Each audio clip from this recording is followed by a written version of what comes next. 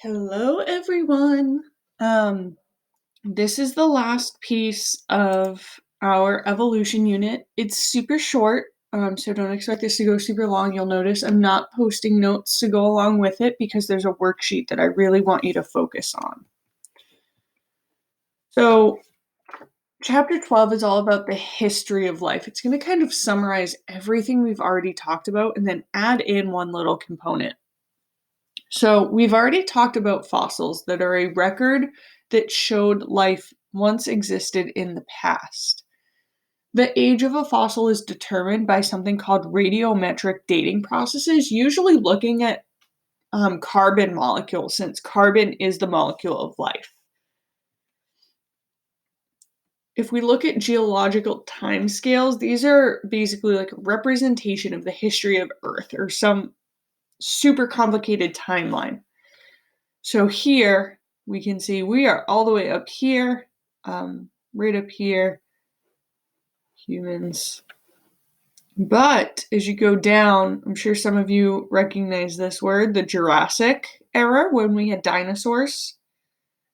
Okay, but there was even more. Dinosaurs kind of fell in that middle bracket, that middle time scale of Earth between us and that formation of Earth.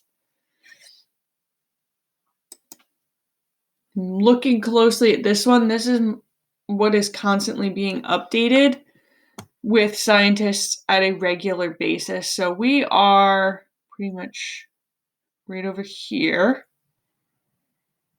We go all the way through. Oh no, sorry, this is the beginning. We are down here. All the way through. The origin of life. So there are multiple different hypotheses about where life started and how that has tied in to evolution.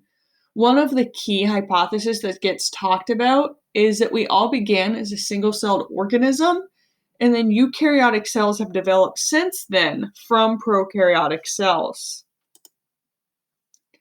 The Cambrian explosion, we briefly talked about this in the whale video that we watched.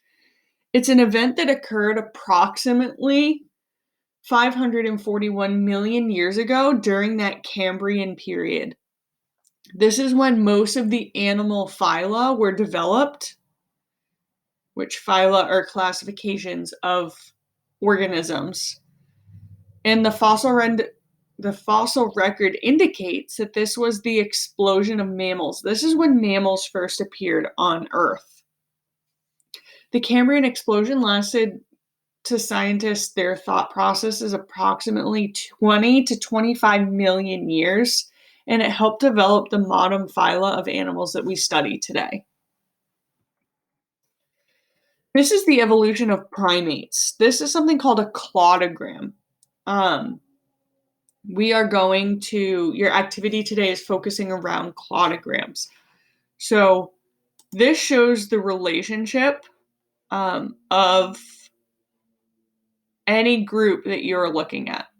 These dots here are called nodes, and these are branches.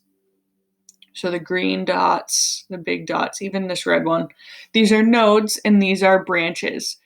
So this is what scientists think is the family portrait of the human or primate evolution. We have early mammal groups down here, and we have lemurs.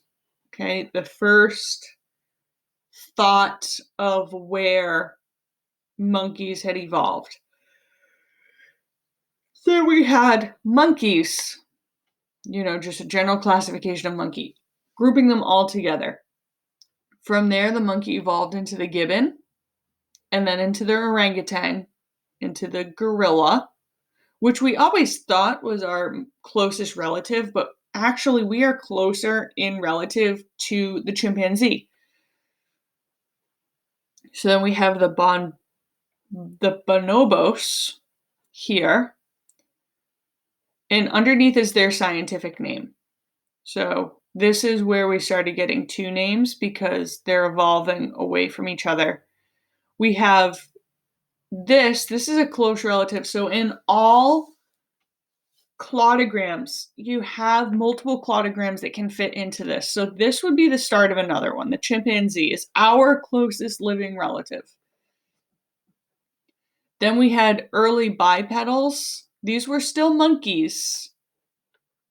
We had the Homo erectus, meaning upright, standing upright. They were our non-throwers, so they were the first ones that were not throwing as a means of communicating. They were grunting, they were talking, they were communicating. And then we have us here, Homo sapiens.